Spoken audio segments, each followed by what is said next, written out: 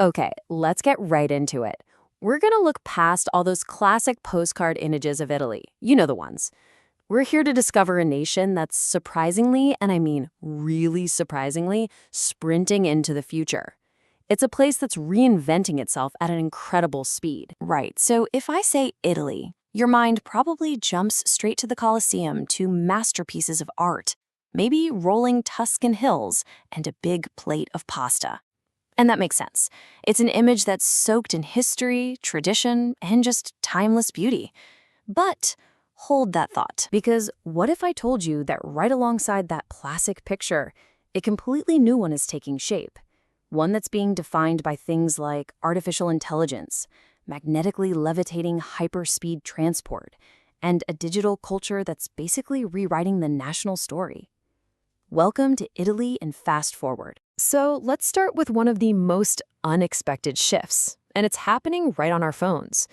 Italy's Gen Z is taking something as sacred as national history and giving it this radical digital remix, especially on platforms like TikTok. You can almost think of TikTok as Italy's new pop archive. It's become this space where young creators are using viral sounds, AI visuals, you name it, to retell the nation's history.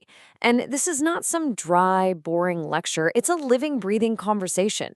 It's building this library of stories and perspectives that you would absolutely never find in a textbook. And it's not just happening online.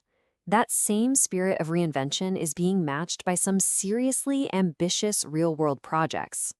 I mean, Italy is now home to these future-forward plans that honestly sound like they've been pulled directly out of a science fiction movie. Get this, a 4-hour train journey from Venice to Rome cut down to just 30 minutes. 30? That's the promise of a project called Hypertransfer, which uses these magnetically levitating capsules to zip across the country. And this isn't just some fantasy. A test track is already built. This made-in-Italy vision is becoming a potential reality. The innovation isn't just staying on land, either. The Italian shipbuilder Fincantieri is developing the world's very first hydrogen-powered cruise ship. It uses this really remarkable Italian fuel cell system that makes electricity from hydrogen. And the only thing that comes out of it? Pure water vapor. That's it. And this is just brilliant. At Rome's Fiumicino Airport, they're creating a circular economy in action. They're taking old electric car batteries, hooking them up to a giant solar farm, and then using that stored energy to help power the entire airport.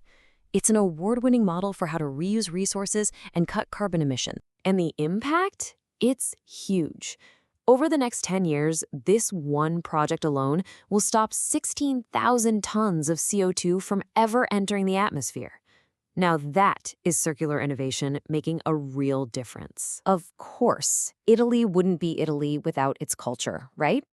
But even here, inside the most beloved and timeless traditions, you can see this fascinating evolution and innovation happening right before our eyes. Let's talk about an absolute obsession, gelato. How obsessed are we talking? Well, Italians are on track to eat over 600 million servings this year alone.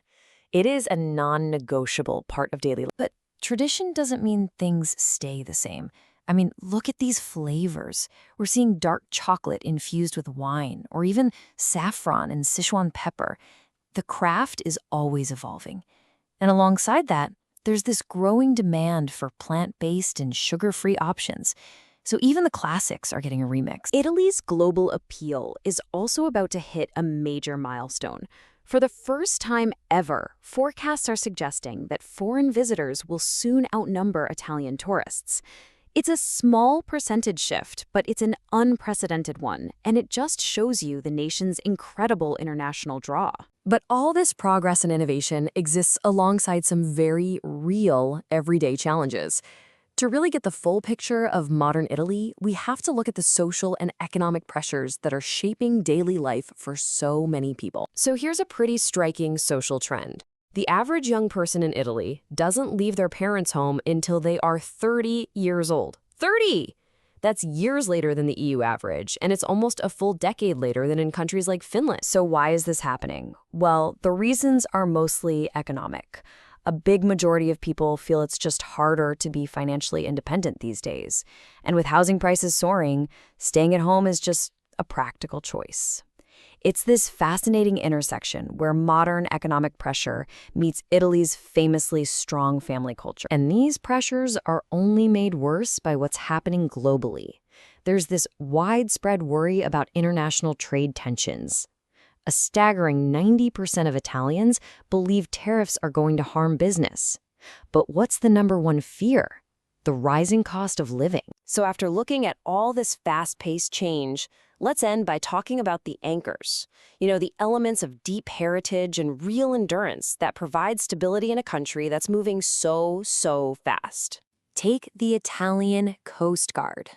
For 160 years, through all the changes we've talked about and more, it has stood as the protector of the nation's huge coastline.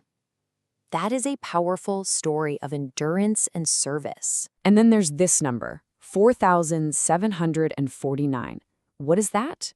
Well, that is the number of officially recognized monumental trees that have been mapped and cataloged all across the country. And these aren't just old trees. They are living, breathing landmarks. So what makes a tree monumental? Well, it isn't just its age or its size. It's protected for its natural value, for sure. But what's just as important is its cultural value. Its deep connection to local history, to stories, to the very identity of a place. These are living anchors of both nature and culture. And this kind of brings us to a final thought.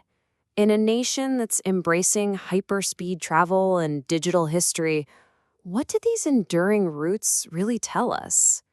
Things like ancient trees, a 160-year-old institution, or even those complex family ties that keep people living together longer. What do they reveal about what truly anchors a nation's identity in an age of constant, relentless change?